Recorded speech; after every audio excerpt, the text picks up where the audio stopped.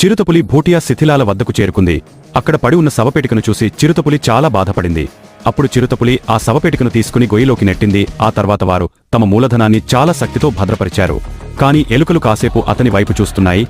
చిరుతపులి దాక్కుంటుంది స్వయంగా. వారు అడుగుపెట్టి బూట్లు ధరిస్తారు. పాదరక్షలు నడవడం చూసి చాలా ఆశ్చర్యపోయాడు. కాని చిరుతపులి అక్కడ నుండి వెళ్లడం ప్రారంభించింది.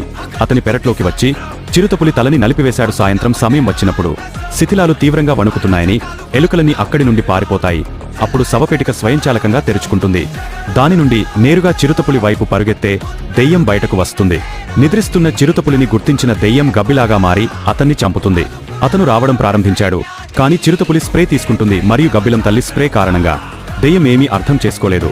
దాని కారణంగా అతను వెళ్లి ఒక చేప దగ్గర పడతాడు. అయితే చిరుత అలసిపోవడం వల్ల దెయ్యం పారిపోవడాన్ని చూసి ఆనందిస్తోంది. చిరుతపులి అప్పటికే నిద్రపోతున్న చిరుతపులి దగ్గరికి వెళ్తోంది. కాబట్టి ఆమె దెయ్యాన్ని వెంటాడుతుంది.